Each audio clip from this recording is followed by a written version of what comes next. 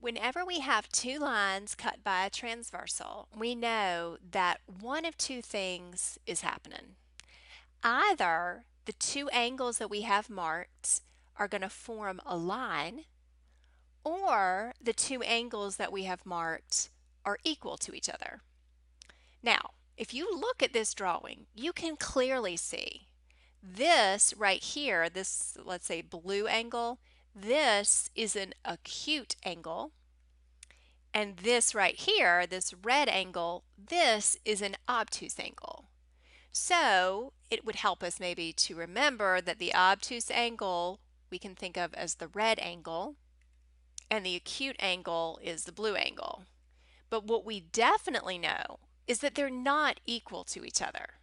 They're definitely different sizes. So the other option is that they form a line, which they clearly do. They are adjacent, meaning they're right next to each other, and they form this straight line. We know that a line has 180 degrees. So we add these two together, set it equal to 180, and we've got ourselves an equation. So 8x minus 10 plus 12x minus 10 is equal to 180. I'm going to draw my river, and I'm going to leave change opposite. I have found that it's always helpful, and you're going to see why in a moment. Let's put our like terms together. So we can put 8x plus 12x together. That gives us 20x. And then we have a negative 10 added to another negative 10.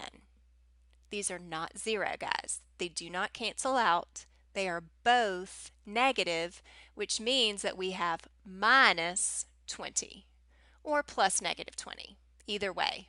But we definitely don't have zero. All right, and then we have set equal to 180. And at this point, we're down to a two-step equation with a Klingon and a lonely guy. So we need to add 20 to both sides. When we do that, these cancel out, and I'm left with 20x equals 200.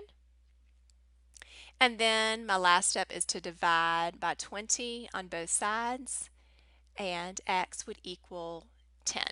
So that was the first answer. X is equal to 10. To get these two angles, we need to plug 10 in.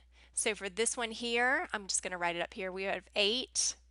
And our parenthetical promise, we would put 10 in for x and then subtract 10. 8 times 10 is 80, and 80 minus 10 is 70 degrees.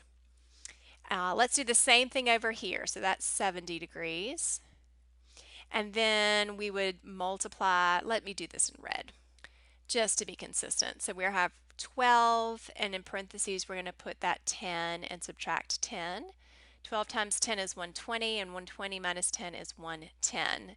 And as a last little check here, you can put these together if you want to and make sure that they do equal the 180. And of course, they do. So you know that you're right.